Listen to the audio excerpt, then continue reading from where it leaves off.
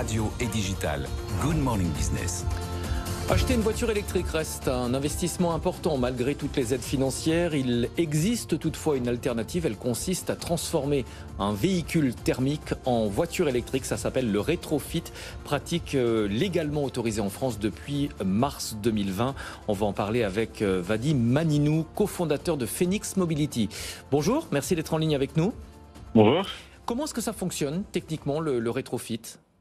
Alors techniquement, le rétrofit consiste à convertir la motorisation d'un véhicule thermique en une motorisation électrique. Donc on vient retirer le groupe motopropulseur thermique et on le remplace par un nouveau système, un nouveau groupe motopropulseur électrique qui permet au véhicule de pouvoir rouler avec de l'électricité.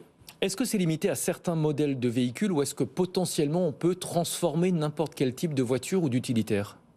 Alors techniquement, on peut convertir tout véhicule motorisé vers une motorisation électrique. Maintenant, il y a un choix à effectuer, un choix, on va dire un choix marché, un choix économique pour pouvoir cibler le marché le plus intéressant et le marché qui va être le plus intéressé par les offres qu'on souhaite développer.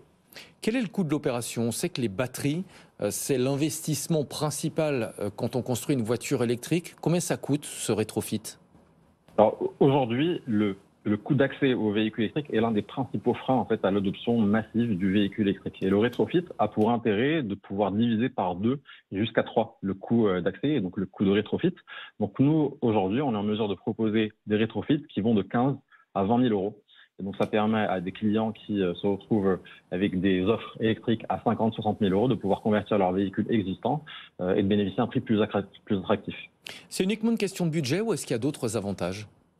Alors, il y a une question de budget et une question économique qui est très importante, mais il y a également un intérêt écologique, puisque effectivement, on part d'un véhicule qui est existant et donc on convertit la motorisation.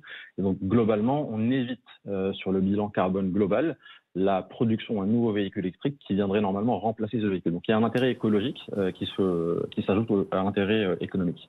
Est-ce que le véhicule transformé est aussi performant qu'une voiture électrique ou qu'un utilitaire électrique en termes d'autonomie, en termes également d'énergie restituée ?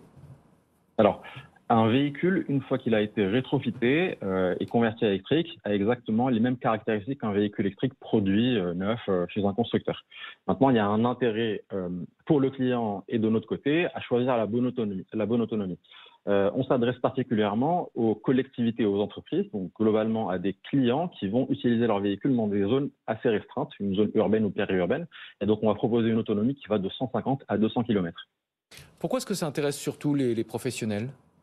Alors, ça intéresse les professionnels puisque aujourd'hui, on a multiplication de ce qu'on appelle les zones à faible émission, donc des collectivités, des régions dans lesquelles les véhicules thermiques sont en train d'être bannis des centres-villes, puis globalement d'un accès à toutes ces ZFE.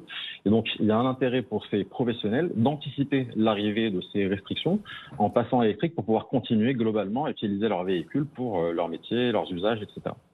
Est-ce que les véhicules transformés bénéficient des mêmes avantages ? Je pense notamment à la vignette critère ou au stationnement gratuit dans certaines agglomérations. Alors tout à fait, c'est un des intérêts principaux. Un véhicule, une fois qu'il a été converti par nos soins, bénéficie exactement des mêmes avantages qu'un véhicule électrique neuf. Donc globalement, les mêmes droits d'accès dans les centres-villes, etc. Merci beaucoup d'avoir été en ligne avec nous ce matin. Vadim Maninou, cofondateur de Phoenix Mobility.